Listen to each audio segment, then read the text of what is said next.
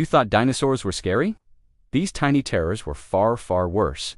Picture a prehistoric forest, dark and humid. You hear a soft buzz, like a modern fly. But this isn't a fly. It's a fleck of darkness, almost too small to see. This is the Lystrosaurus, a pug-faced creature from 250 million years ago. It looks harmless, like a weird, tubby pig. It waddles through the undergrowth, munching on plants. Seems cute, right? Almost cuddly. You might even want one as a pet. But this creature is a sign of the apocalypse.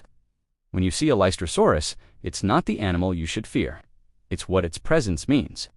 These things thrived during the Great Dying, the most catastrophic extinction event in Earth's history.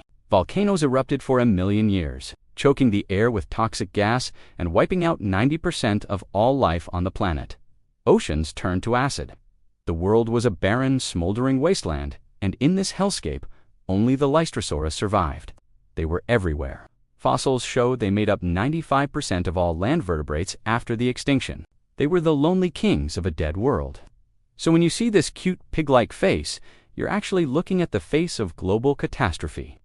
It's adorable. Waddle is the rhythm of a world that has already ended. It's not a pet. It's a ghost walking through a graveyard the size of a planet. Now, let's fast forward a few million years. The world is recovering, and new life emerges. A small, furry creature scurries through the ferns. It looks like a squirrel, but it's called a Purgatorius. Big eyes, tiny paws, twitching nose. It nibbles on a piece of fruit, seemingly innocent. It's the kind of animal you'd see in a children's book. You'd never guess its dark secret. This little fuzzball is one of the earliest primates. It's our ancestor. Everything that humanity would become the good and the bad started with this tiny, unassuming creature. It's cute, but it carries the genetic code for cities, wars, art, and ultimately, the next great extinction. That adorable face isn't just an animal, it's a prophecy.